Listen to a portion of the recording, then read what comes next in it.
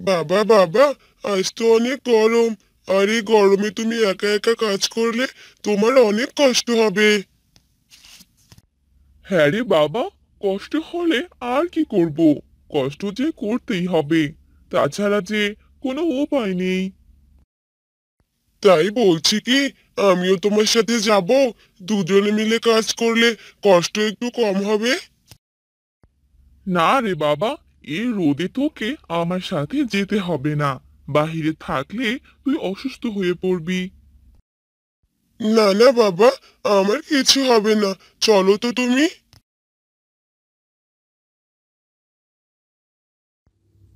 এরপর গণেশ তার ছেলেকে নিয়ে জমিতে যায়। গণেশ কোদাল দিয়ে মাটি খুঁড়তে থাকে। অন্যদিকে গণেশের ছেলে আগাছা পরিষ্কার করে। আচ্ছা বাবা, তুমি এবার জমিতে কি চাষ করবে? আমি তো ভাবছি তরমুজের চাষ করব। এবার তো অনেক গরম পড়েছে, আর আমরা যদি তরমুজ চাষ করে সেগুলো বিক্রি করি, তাহলে এই তরমুজ সবাই কিনবে। তাই তো বাবা, তোমার বুদ্ধি তো দারুণ। তাহলে এবার তরমুজের চাষটা ভালোভাবেই করতে হবে। হ্যাঁ রে বাবা। এরপর তারা বাবা ছেলে কাজ করতে থাকে আর সারাদিন কাজ করে সন্ধ্যার দিকে বাড়িতে আসে। পরদিন তরমুজের বীজ রোপণ করে দেয়। কয়েকদিন পর গণেশ তার জমি দেখতে যায় আর পথে রমেশের সাথে তার দেখা হয়। আরে দাদা, এবার জমিতে কি চাষ করলে শুনি? যে গরম পড়েছে, কি চাষ করব বুঝতেই পারছি না। আমি তো এবার তরমুজের চাষ করেছি, দেখি ফলাফল কেমন হয়। তা তো ভালোই করেছো। আমিও ভেবে দেখি কি চাষ করব। এ কথা বলে রমেশ সেখান থেকে চলে যায় আর গণেশ জমিতে এসে কাজ করতে থাকে। এভাবে কেটে যায় বেশ কিছুদিন। বাবা দেখো, তরমুজগুলো তো বড় হয়ে গেছে। এবার এগুলো বিক্রি করতে হবে। হ্যাঁ রে বাবা, আমিও সেটাই ভাবছিলাম। কাল সকালে এসে তরমুজ উঠিয়ে তুই আর আমি বাজারে নিয়ে যাব। ঠিক আছে বাবা। এরপর তারা বাড়িতে চলে আসে। পরদিন সকালে তারা সবগুলো তরমুজ উঠিয়ে নিয়ে বাজারে যায়। গণেশের ছেলে সবাইকে ডাকতে থাকে। তরমুজ নেবে? তরমুজ। আরে দাদা, এগুলো তরমুজ ভালো হবে তো? হ্যাঁ হ্যাঁ, একদম ভালো হবে। আপনি নিতে পারেন। তাহলে আমাকে একটা দিন। গণেশ সেই লোকটিকে একটি তরমুজ দিয়ে দেয়। গণেশ শুধু 4-5টা তরমুজ বিক্রি করে। আজকে তাহলে বাড়ি চলে যাই বাবা। কালকে সব তরমুজ আবার বিক্রি করব। তারপর তারা সেখান থেকে বাড়িতে চলে আসে।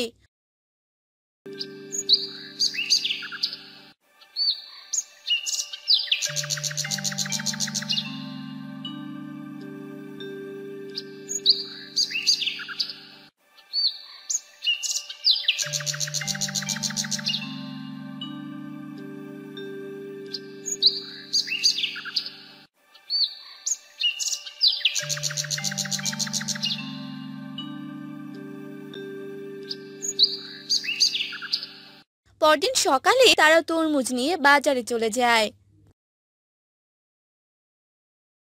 আরে দাদা, কি সব তরমুজ বিক্রি করেন শুনি?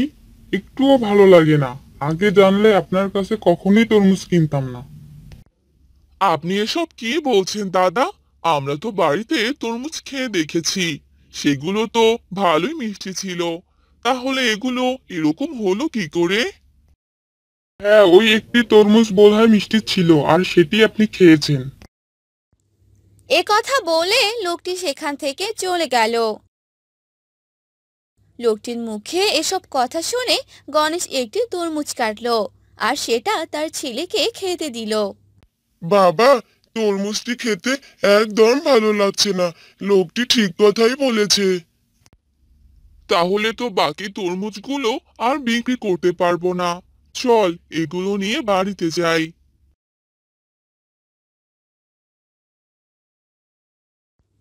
তারা দুজন বাকি তরমুজগুলো নিয়ে বাড়িতে চলে এলো। সে কি গো, সবগুলো তরমুজ আবার নিয়ে এলে যে? বিক্রি করতে কি পারোনি নাকি? না গো, এগুলো তরমুজ আর বিক্রি করতে পারবো না। নষ্ট হয়ে গেছে নাকি? নষ্ট হয়নি, তবে খেতে ভালো নয়, তাই কেউ কিনছে না। এবার বলছি লস হয়ে যাবে আমাদের। তুমি চিন্তা করো না গো, সব কিছু ঠিক হয়ে যাবে। তোমাদের আমি খেতে দিচ্ছি, তোমরা খেয়ে নাও। না গো গিন্নি, এখন আর কিছু খেতেই ভালো লাগছে না। কি যে করব ভেবেই পাচ্ছি না। এ কথা বলে গণেশ ঘরে চলে গেল। গণেশকে এভাবে চিন্তায় থাকতে দেখে গণেশের বউয়ের মাথায় একটা বুদ্ধি চলে এলো।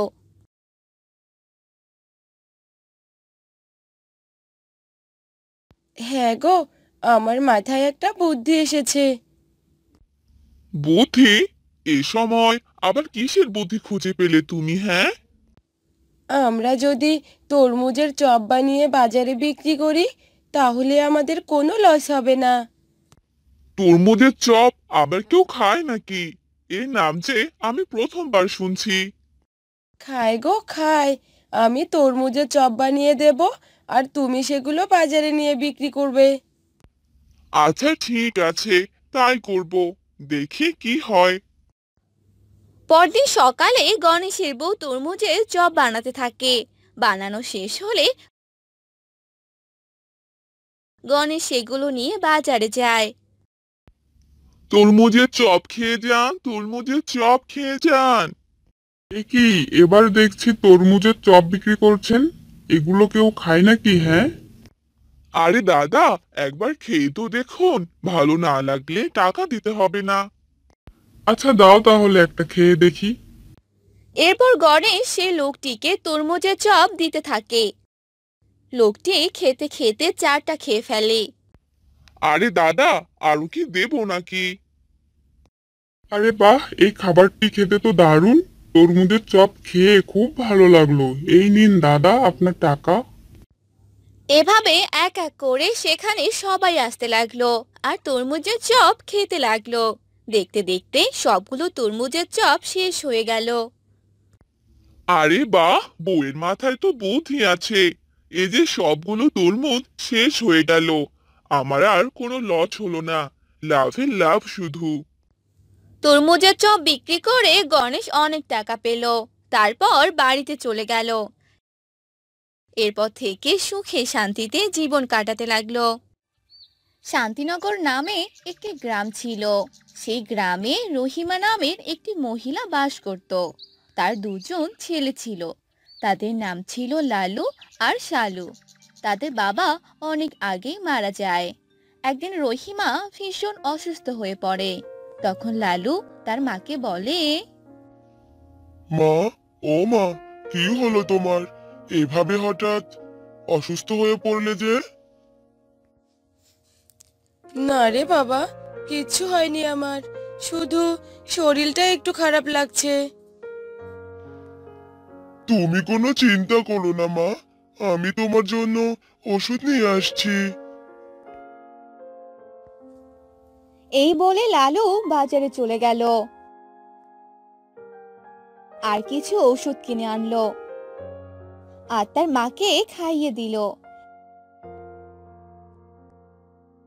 এভাবে কিছুদিন চলে গেল। লালু ছিল অনেক ভালো।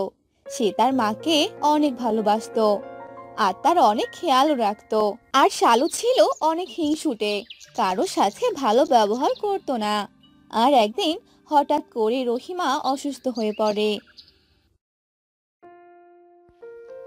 মা, এ কি হলো তোমার? আজকে তো তুমি আরো বেশি অসুস্থ হয়ে পড়লে। চলো মা, তোমাকে ডাক্তারের কাছে নিয়ে যাই। না রে বাবা, ডাক্তারের কাছে যাওয়ার সময় নেই। আমার যে অনেক খারাপ লাগছে। তোদের দুজনকে আমি কিছু কথা বলতে চাই। হ্যাঁ মা, বলো, কি বলবে তুমি? আমি চাই তোরা দুই ভাই সব সময় একসাথে থাকবি, কখনো ঝগড়া করবি না, সব সময় মিলেমিশে থাকবি। এই কথা বলেই তাদের মা মারা গেল। লালু আর শালু কান্না করতে লাগলো। মা, তুমি কেন চলে গেলে মা? আমরা যে এখন একা হয়ে গেলাম মা। এভাবে কাঁদিস না দাদা, যা হবার তা তো হয়ে গেছে। চল এবার সবকিছুর ব্যবস্থা করে ফেলি। এরপর তারা দুই ভাই তার মাকে মাটি দিয়ে দেয়। আর এরপর অনেক দিন কেটে যায়। তখন লালু শালুকে বলে, শালু, চল বাহিরে যাই। আমাদের যে একটা কাজের ব্যবস্থা করতে হবে। কাজ না করলে আমরা খাবো কি? হ্যাঁ দাদা, তুমি ঠিক কথাই বলেছো। চলো আমরা কোনো কাজের ব্যবস্থা করে আসি। এরপর তারা দুজন বাহিরে বের হলো আর মোড়ল মশাইয়ের বাড়িতে গেল। কিন্তু মোড়ল তাদের কোনো কাজের সন্ধান দিল না। তখন তারা দুই ভাই হাঁটতে লাগলো। তখন শালু বলল, দাদা, মোড়ল চাচা যে আমাদের কোনো কাজ দিল না, এখন আমরা কি করব? জানি না রে শালু, এখন আমরা কি যে করব। চল আর একটু সামনে গিয়ে দেখি। এসব বলে তারা দুজন হাঁটতে থাকে। হাঁটতে হাঁটতে তারা একটি জঙ্গলের কাছে চলে গেল। তখনই শালু বলে উঠল, আরে দাদা, আরো কোথায় যাচ্ছিস? সামনে তো বিশাল বড় জঙ্গল, আর ভিতরে যাওয়া যাবে না। চল ওই গাছটায় গিয়ে বসি। আচ্ছা, চল। এরপর তারা সে গাছটায় গিয়ে বসে পড়লো। তখনই সেখানে একটি বুড়ি চলে এলো। বাবা, আমাকে কিছু খেতে দাও বাবা, আমার যে অনেক খিদে পেয়েছে। আমরা তো নিজেরাই না খেয়ে আছি, আপনাকে আবার কি খেতে দিব? যান তো এখান থেকে। আরে শালু, এভাবে কেন কথা বলছিস? উনিও তো আমাদের মতোই অভাগী। ওনার সাথে এভাবে কথা বলিস না। এই যে বুড়িমা, আসলে আমাদের কাছে কোনো খাবার নেই। আমরা একটা কাজের খোঁজে বেরিয়েছি, কিন্তু কোথাও কোনো কাজ পাইনি। আচ্ছা বাবা, ঠিক আছে। তবে তোরা যদি বাসায় কোনো জমিতে কাজ করিস, তাহলে আমারই তরমুজের বীজটা নে। তরমুজের বীজ? হ্যাঁ, এই বীজগুলো রোপণ করে দিবি, তাহলে দেখবি অনেক ভালো তরমুজ হবে। আচ্ছা বুড়িমা, ঠিক আছে। আপনাকে অনেক ধন্যবাদ এই বীজগুলো দেওয়ার জন্য। চল শালু, এখন আমরা বাসায় যাই। আচ্ছা ঠিক আছে, চল। তারপর তারা বাসায় চলে যায় আর তাদের একটি জমিতে বীজগুলো রোপণ করে দেয় আর সেগুলোতে পানি দিয়ে দেয়। এভাবে আস্তে আস্তে অনেক দিন চলে যায়। সেই বীজগুলো থেকে গাছ বের হয়। দেখ দাদা, বীজগুলো থেকে যে গাছ বেরিয়েছে, আর কদিন গেলেই তরমুজ হবে। আমি যে তরমুজ খাবো, অনেক মজা লাগছে রে দাদা। আর এগুলো বিক্রিও করে দিব, তাহলে অনেক টাকা পাবো। বিক্রি করার কথা পরে ভাবসালু, আগে ভালোভাবে তরমুজ হতে দে। আগে তরমুজ হতে তো দে, তারপর দেখ আমি কি করি। এভাবে কিছুদিন চলে গেল। আস্তে আস্তে সবগুলো তরমুজ বড় হয়ে গেল। এসব দেখে তারা দুই ভাই অনেক খুশি হয়ে গেল।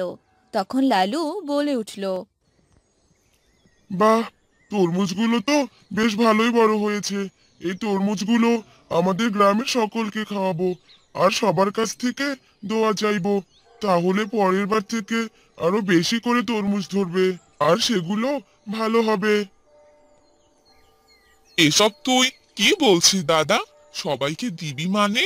সবাইকে দিলে আমরা কি বিক্রি করব? না না দাদা, এগুলো তরমুজ কাউকেই দেয়া যাবে না।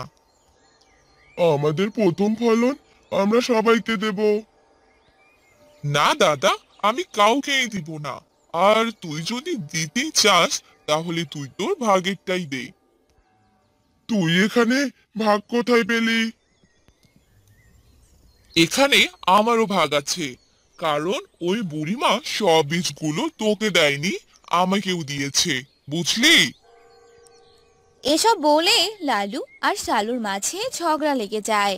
তখনই লালু বলে ওঠে, না শালু, তুই এমনটা করতে পারিস না।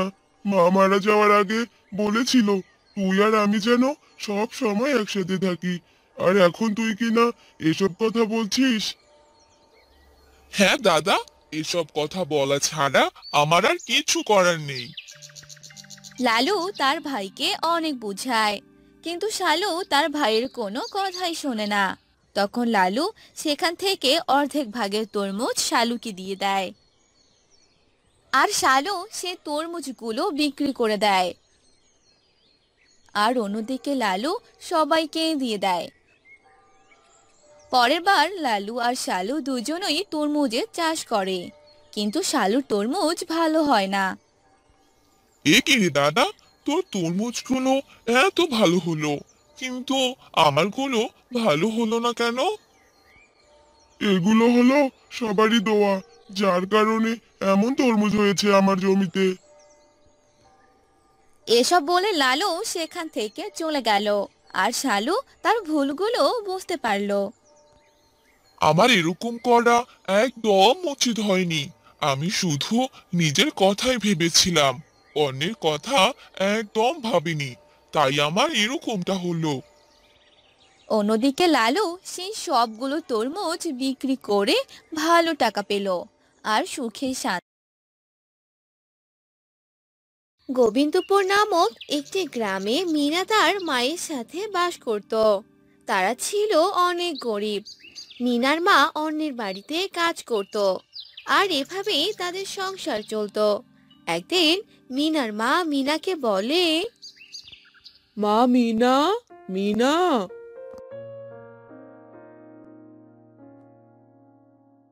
হ্যাঁ মা, বলো, কি হয়েছে, ডাকছো কেন? মা, আমি কাজে চলে গেলাম, তুই বাসাতেই থাক মা। আচ্ছা মা, ঠিক আছে।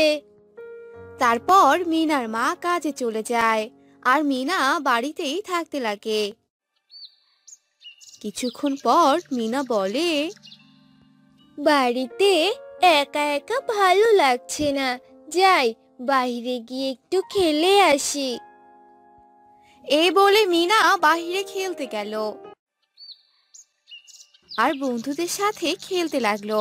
সন্ধ্যা হয়ে গেল। মিনার মা বাড়িতে এলো, আর মিনাকে বলল, কিরে মা, কি করছিস?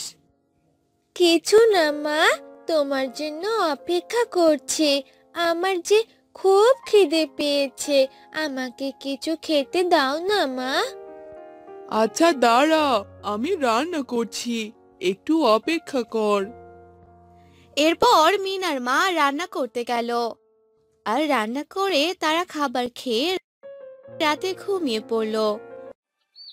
পরদিন সকালবেলা, মারে, আজকে তো তোর স্কুল খোলা, যা যা, স্কুলে যা। আচ্ছা মা, ঠিক আছে। তাড়াতাড়ি চলে আসিস কিন্তু। এই বলে মিনার মা তার কাজে চলে গেল, আর মিনা রেডি হয়ে স্কুলে চলে গেল। এভাবেই তাদের ভালোভাবে দিন যেতে লাগলো।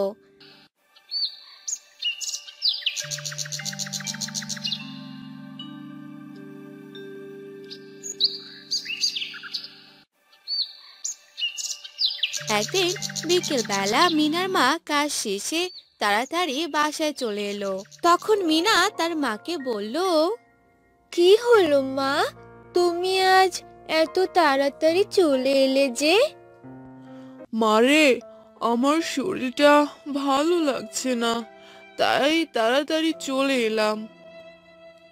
আসো মা, তুমি বিশ্রাম নাও, আমি তোমার জন্য খাবার আনছি। না রে মা, এখন কোনো খাবার খেতে ইচ্ছে করছে না, পরে খাবো।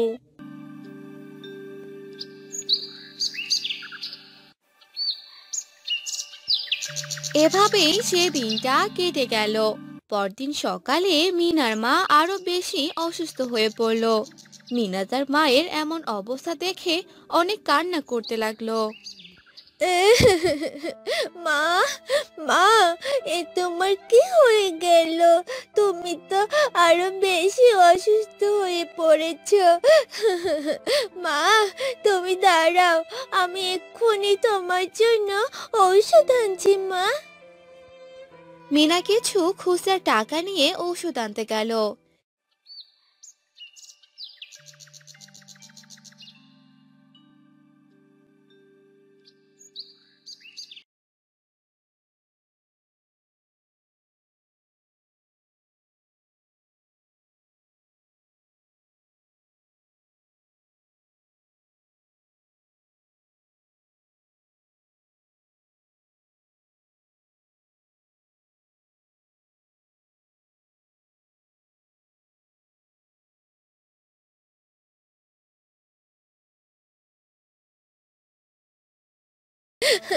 আমি এখন ঔষধ কোথায় পাবো?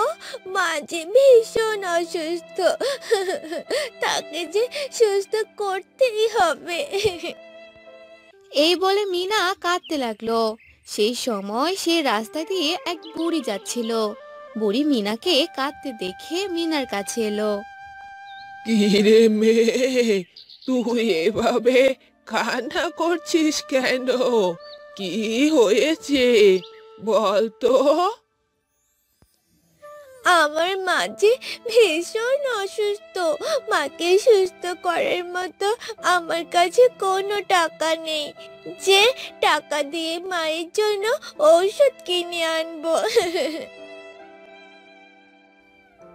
ও, এই ব্যাপার! এই জন্য বুঝি তুই কান্না করছিলি? তবে আমার কাছে একটা উপায় আছে, যার মাধ্যমে তোর মা একদম সুস্থ হয়ে যাবে। কি উপায় বলো দিদা, আমি যে আমার মাকে সুস্থ করতে চাই। দূরের এক জঙ্গলে এক দয়ালু অর্জুন গাছ আছে, যে গাছ সবার উপকারে আসে। সেটা ঔষধি গাছ। সেই গাছের পাতা রস করে খেলে সবাই সুস্থ হয়ে যায়। তাহলে আমি সেই গাছ থেকে পাতা এনে রস বানিয়ে মাকে খাওয়াবো। এই গাছের পাতা নিয়ে আসা এত সহজ নয়। সেই গাছের কাছে যেতে হলে 7টি নদী পার হতে হবে। আর সেই 7টি নদী পার করতে পারলেই তবে সেই গাছের সন্ধান পাবি। যেভাবেই হোক আমি ওই 7টি নদী পার করব আর ঔষধি পাতা এনে মাকে খাইয়ে দিব। সেই বুড়ি মিনাকে সব কথা বলে সেখান থেকে চলে যায়।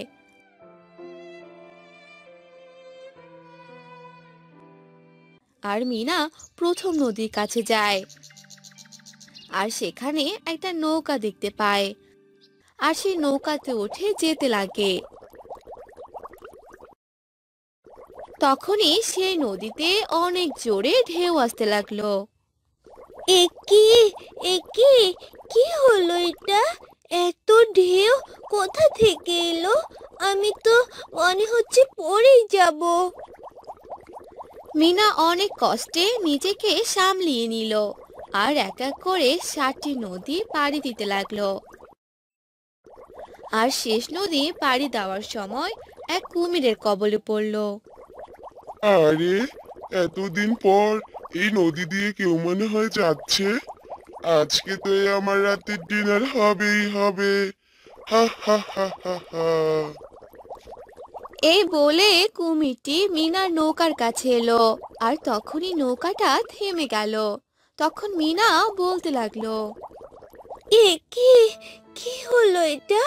নৌকাটা এভাবে থেমে গেল কেন? কি হলো আমার? এই যে মেয়ে, কোথায় যাচ্ছ? তোমায় যে আমি খেয়ে ফেলবো। অনেক দিন পর মানুষের মাংস খাবো, হা হা হা হা। এ কি, আমি কোন বিপদে পড়লাম আবার? না না, এ হতে পারে না। কুমির ভাইয়া, প্লিজ তুমি আমাকে খেও না। তুমি আমাকে খেয়ে নিলে আমি আমার মাকে বাঁচাতে পারবো না। আরে আরে, তুমি কান্না করছো কেন? কি হয়েছে তোমার মায়ের? এরপর মিনা তার মায়ের অসুস্থর ব্যাপারে সব কথা খুলে বলে। এসব শুনে কুমিরের অনেক মায়া হয়। তোমার এত কষ্ট দেখে আমার অনেক খারাপ লাগছে। যাও, আমি তোমাকে ছেড়ে দিলাম। তোমাকে অনেক ধন্যবাদ। তারপর মিনা সেই গাছটার কাছে যায়। গিয়ে দেখে গাছটি অনেক বড়। তাই মিনা সেই গাছের পাতা পারতে পারে না, আর সেই গাছের নিচে বসেই কান্না করে দেয়। এত কষ্ট করে 7টি নদী পার করে এলাম শুধু এই দয়ালু অর্জুন গাছের পাতা নিব বলে, কিন্তু এই গাছের পাতা তো অনেক উপরে। আমি তো পারতেই পারছি না। এখন কি করব আমি? এই বলে মিনা কান্না করতে থাকে। তখনই সে দয়ালু অর্জুন গাছ কথা বলে ওঠে। এই মেয়ে, তুমি এভাবে কান্না করো না। আমি তোমার সব কথাই শুনেছি।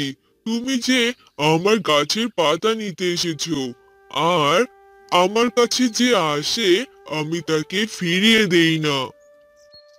গাছকে এভাবে কথা বলতে দেখে মিনা অবাক হয়ে যায় আর বলে, এ কি, তুমি কথা বলতে পারো? হ্যাঁ, আমি কথা বলতে পারি। এই নাও পাতা। এ কথা বলে গাছটি তার একটি ডাল নিচে নেমে দেয়, আর একটি ছোট ডাল ভেঙে দেয়, আর বলে, এই নাও, এই পাতার রস তোমার মাকে খাইয়ে দিবে, আর এই ডালটা মাটিতে রোপণ করে দিবে, আর এই ছোট ডাল থেকে অনেক বড় গাছ হয়ে যাবে। তোমাকে অনেক ধন্যবাদ আমাকে এভাবে সাহায্য করার জন্য। সত্যি তুমি অনেক দয়ালু। আমি যে দয়ালু অর্জুন গাছ, আর আমি সবাইকে সাহায্য করি। তারপর মিনা সে গাছকে ধন্যবাদ জানিয়ে সে পাতা আর ডাল নিয়ে সেখান থেকে চলে গেল। আর বাড়িতে পৌঁছে মিনা তার মাকে এই পাতার রস বানিয়ে খাইয়ে দেয়। আর মিনার মা কয়েকদিনের মধ্যেই সুস্থ হয়ে যায়। মিনা তার মাকে সুস্থ অবস্থায় দেখে অনেক খুশি হয়ে যায়। মা, তুমি এখন একদম সুস্থ। তোমাকে সুস্থ অবস্থায় দেখে আমার অনেক ভালো লাগছে। আর এই সব কিছু দয়ালু অর্জুন গাছের জন্যই হয়েছে। অর্জুন গাছ? এটা আবার কি গাছ রে মা? তখন মিনা সে দয়ালু অর্জুন গাছের কথা বলে দেয়, আর সে ছোট গাছটিকে দেখিয়ে দেয়। খুব ভালো করেছিস মা। এই গাছ আমাদের বাড়িতে থাকলে আমরা নিজেরা এবং অন্যদেরকেও এই পাতা রস দিয়ে সাহায্য করব, আর তারাও সুস্থ হয়ে যাবে। এরপর থেকে তারা সুখে শান্তিতে থাকতে লাগলো। আর সে গাছটিও বড় হয়ে যায় আর সবার বিপদে আপদে কাজে লাগে।